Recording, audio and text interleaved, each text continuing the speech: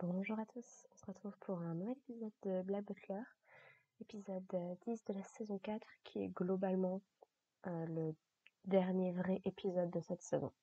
Il reste un épisode, l'épisode 11. Honnêtement, je sais plus du tout ce qu'il va adapter, mais voilà, ça va être un petit truc à mon avis tranquille pour conclure la saison. Alors dans cet épisode, donc on a le fin mot de l'histoire de qu'est-ce qui s'est passé avec Derek, pourquoi est-ce qu'ils l'ont tué. On avait vu dans l'épisode dernier que c'était parce qu'il maltraitait, qu'il harcelait certains étudiants. Et donc, comme on l'avait compris, donc il se servait d'eux pour paraître comme quelqu'un de très qualifié, qui savait faire plein de choses, qui méritait d'être du coup le factotum d'un préfet.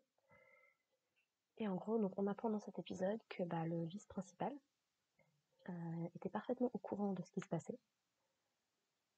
Et je sais pas si on peut dire tolérer, mais en tout cas laisser largement faire. Puisque donc on voit, donc il donne simplement 2 Y à Derek et ses amis pour ce qu'ils ont fait, ce que les préfets ne comprennent absolument pas.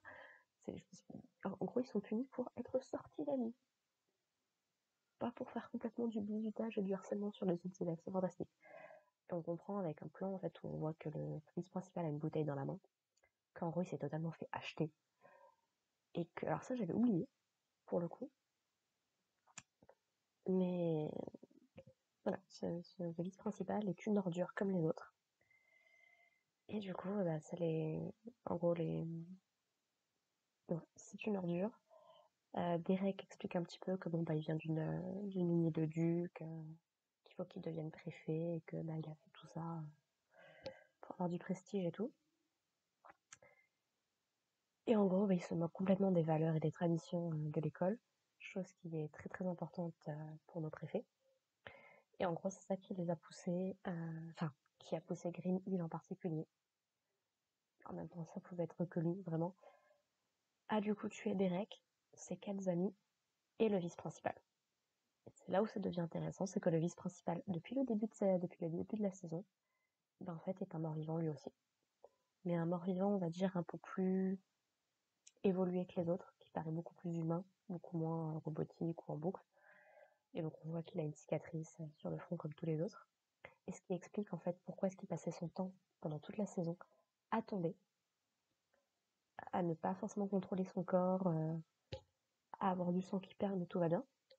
C'est la raison du pourquoi. Donc, quand je vous dis que les détails sont très importants dans Black Butler, c'est sur ce genre de truc-là qu'il faut faire attention. Tout est mis en place pour que la révélation finale soit bien foutue. Et croyez-moi que c'est pas la dernière. Donc du coup, derrière du coup, alors les 4 préfets là, ils sont vraiment trop choupis. Parce que donc il y a Greenhill qui pète littéralement un câble en fait, et qui tue Derek. Et en fait, en l'espace de quelques secondes, ces 3 amis, je sais pas, est-ce qu'ils étaient vraiment amis, est-ce que c'était juste des relations ou autres, c'est-à-dire qu'ils sont amis. Et en gros, ils décident de le couvrir, c'est-à-dire que Violet se place devant la porte pour empêcher les autres de sortir. Et Lawrence et Redmond, du coup, restreignent le vice principal pour pas qu'il puisse faire quelque chose. Et du coup, il les tue tous. Et en gros, Redmond, donc, comme on avait vu avant, donc Redmond dit non mais j'ai peut-être une idée, vous pouvez m'en occuper. Greenhill qui dit non mais je veux pas que vous endossiez mon crime, c'est pas comme ça que ça marche. Mais sauf qu'ils disent, c'est mignon parce que c'est Violet le premier qui dit non mais on est là-dedans ensemble, on est les préfets de l'école, on va défendre l'école, on va tout faire pour que tout ça passe bien quoi. Et donc ils font tous un pacte de sang bref, en fait. Donc ils prennent tous la batte et en fait les 3 autres mettent un coup symbolique en fait pour dire qu'ils acceptent ce fardeau en fait quelque part, mais parce qu'ils sont tellement pris dans tout ce qui est tradition, dans tout ce qui est école et tout ça que pour eux ça va au-delà de tout ça. Et Derek, le vice-principal et toutes les autres personnes impliquées, tout comme Maurice Cole d'ailleurs, ont, ont bafoué ces principes. Et ils pouvaient juste pas laisser passer ça. Donc suite à ça, donc Undertaker se marre. Il trouve que les humains sont très très doué pour la tragédie, pour se donner en spectacle et autres. C'est quoi Sébastien adhère, puisque Sébastien, il adore utiliser les humains pour ses propres fins. Ça reste un démon qui bouffe les âmes quand même. Et en gros, on nous explique un petit peu comment ça se fait que les morts-vivants de cet arc-là sont plus évolués que ceux de l'arc d'avant. Et en fait, c'est parce que Undertaker a modifié les souvenirs qu'il utilisait. En fait, donc, on se rappelle que quand un humain meurt, tous ses souvenirs lui reviennent en tête, dans ce qu'on appelle la lanterne cinématographique, dans ce genre-là. Et en fait, c'est ça que les Shinigami, du coup, regardent quand une personne meurt, et qui décident qu'il y a besoin de rajouter quelque chose dans le rapport aux autorités supérieures.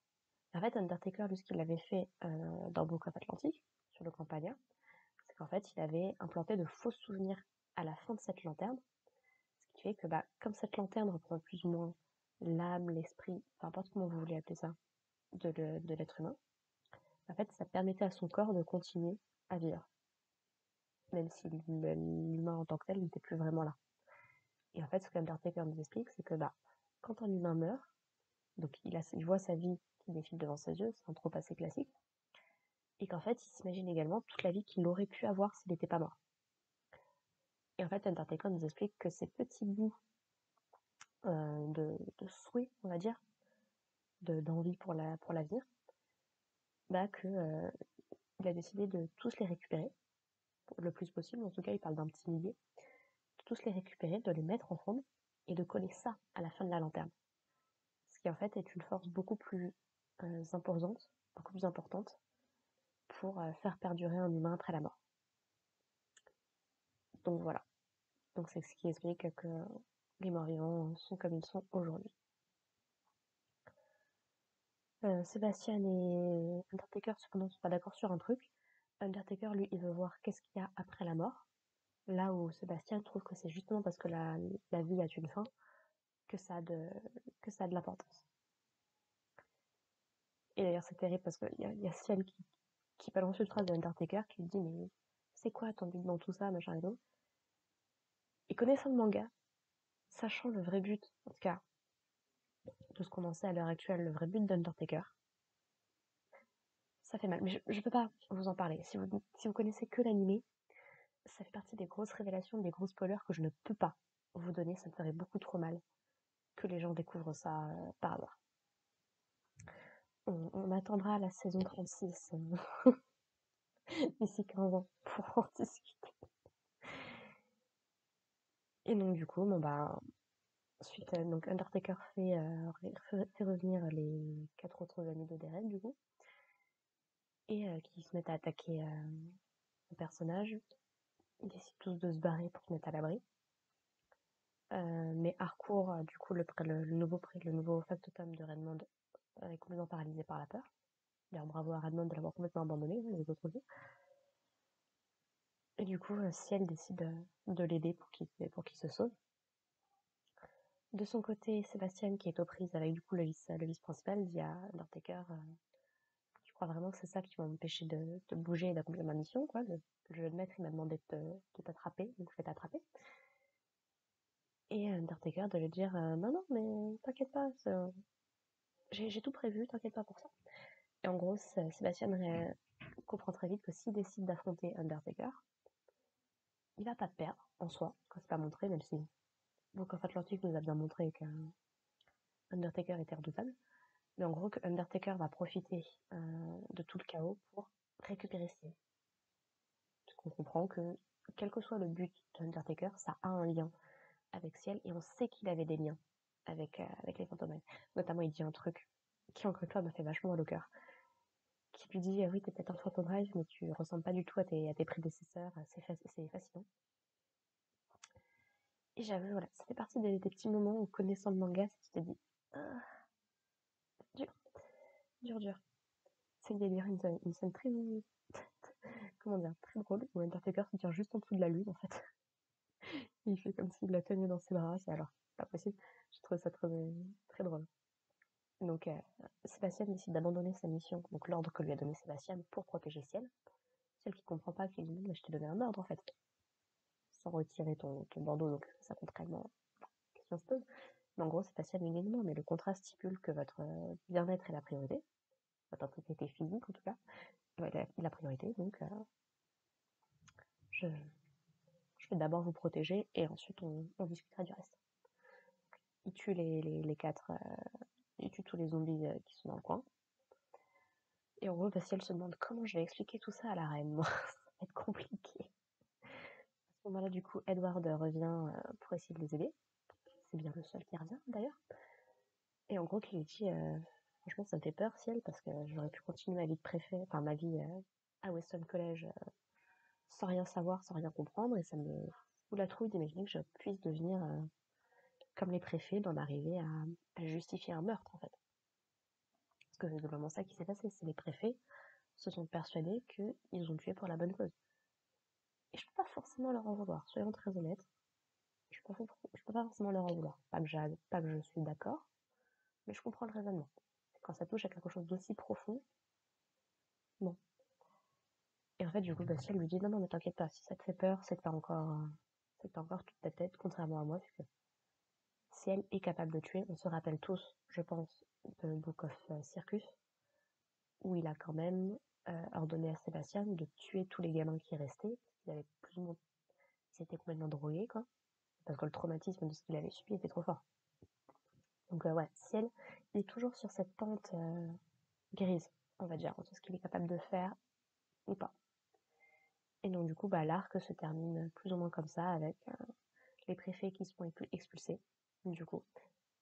Et si vous avez aimé les personnages, rassurez-vous, on les reverra. Et j'ai hâte. Et je crois vraiment pas être la seule à avoir hâte que l'arc en question commence.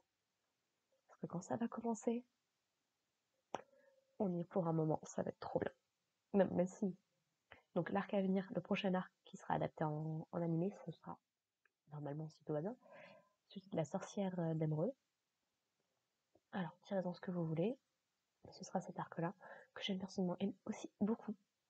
Donc, qui met beaucoup plus en avant ce qu'on a déjà vu un petit peu avec le temps, mais le fait que pour Sébastien, Ciel, c'est principalement une proie avant autre chose. Il veut bouffer son âme. Il le dit là, le texto dans cet épisode, il dit non, mais j'ai passé tellement de temps à vous cultiver, à vous faire grandir, que j'ai pas l'intention qu'on vous vole, en fait. Et c'était un petit peu ce qui s'était passé, pour le peu que je me souviens de la saison 2, en saison 2, justement. L'âme de Ciel se fait voler, dans ce qui était la fin de la saison 1.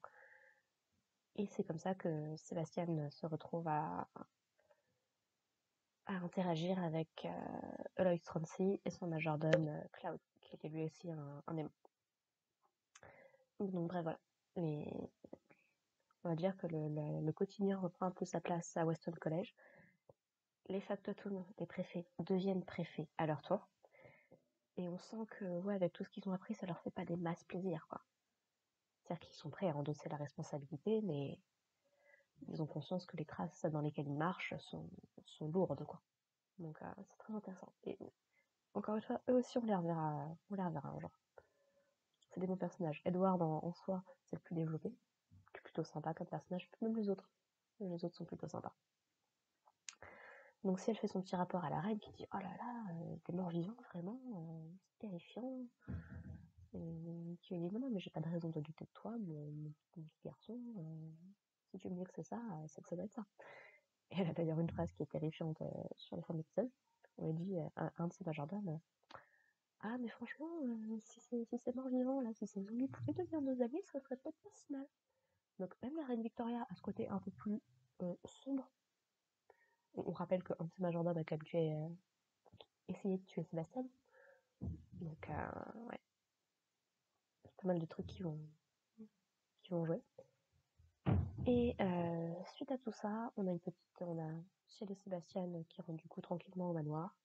Ciel qui n'a aucune envie de garder contact avec Macmillan, qui lui a envoyé la photo de leur victoire, du moment de la parade où ils étaient tous en uniforme. Et il lui dit j'ai pas l'intention de revenir dans ce petit monde miniature, parce que c'est tous les délires de cours, de machin et tout. Ciel, c'est pas son truc, clairement pas. Et du coup, on le voit revenir au manoir, et en fait, comment dire, c'est mignon parce qu'il a un petit sourire, il a un petit rire en voyant ses domestiques qui font encore le bordel, comme d'habitude. Tu sens que c'est ça, sa maison, que c'est ça où il a envie de revenir, que c'est ça qu'il a envie en fait. Et donc c'est parce qu'en fait, ce qui s'est passé, c'est qu'en fait, la clôture d'un fermier des alentours a sauté. En fait, tous ces moutons se sont barrés pour arriver du coup au ciel. Et du coup, bah, on a Zigoto qui essaye de les empêcher de tout détruire, notamment la pelouse. Parce que celle qui dit d'ailleurs que de la pelouse, bah, c'est juste de la pelouse. Ça n'a pas une importance particulière à ses yeux, quoi. Et du coup, voilà, l'arc se termine comme ça. Encore une fois, il reste un épisode, même si je ne sais plus du tout ce que ça va adapter. Je sais plus du tout qu'on a comme chapitre. Parce qu'on sait qu'il reste un seul épisode. Donc ça va vraiment être un petit épisode de 20 minutes, histoire de quoi. Là, l'arc est fini. Donc bon. Non, c'était un bon épisode, de conclusion. Pas aussi forcément, j'ai trouvé intense, ou pas aussi, peut-être un peu faible en tant qu'épisode de conclusion, en tant que tel, par rapport à tout ce qu'on avait eu juste avant. Mais en même temps, ça règle les problèmes, ça nous met quelques petits indices, quelques petits machins. Quand tu connais le manga et que tu revois ce truc-là, tu te dis, ah ouais, les implications, effectivement, on n'avait pas vu à l'époque. Et donc voilà, donc Ciel accomplit sa mission et retourne du coup à sa vie normale. Et donc bah voilà, on se retrouve. Ouais, non, j'ai pas grand chose de plus à dire, c'était un bon petit épisode. Donc voilà, donc nous on va se retrouver la prochaine fois pour l'épisode 11 du coup, l'épisode de conclusion. Alors à l'heure où j'enregistre, il va sortir normalement ce soir, si tout va bien. Avec l'Overwork, je me méfie. Mais voilà, je vous retrouve incessamment sous peu pour l'épisode 11. Et puis bah, en attendant, n'hésitez pas à lire le manga Black Butler. Si la saison vous a intéressé, je vous invite vraiment à poursuivre avec le manga parce que le manga est d'une très bonne qualité, principalement au niveau du dessin d'Yana Toboso pour moi. Au niveau dessin, c'est fantastique. C'est un mensuel, donc elle sort un chapitre tous les mois dans son magazine. Et voilà, si vous voulez pas attendre 5, 6, 7 ans, je sais pas quand est-ce que sortira la suite, si vous voulez pas attendre, si vous voulez en savoir plus sur l'histoire de l'auteur, je vous invite vraiment à aller lire le manga. Voilà. Mais ça, c'est, comment dire, c'est un petit peu le jeu avec tous les mangas qui ont du mal à avoir une adaptation. Voilà, voilà, bah sur ce, écoutez, portez-vous bien, puis on se retrouve la prochaine fois. Allez faire un petit tour sur la chaîne si jamais vous avez envie de voir un petit peu ce que je fais d'autre. Et puis voilà, voilà. Portez-vous bien. Bye.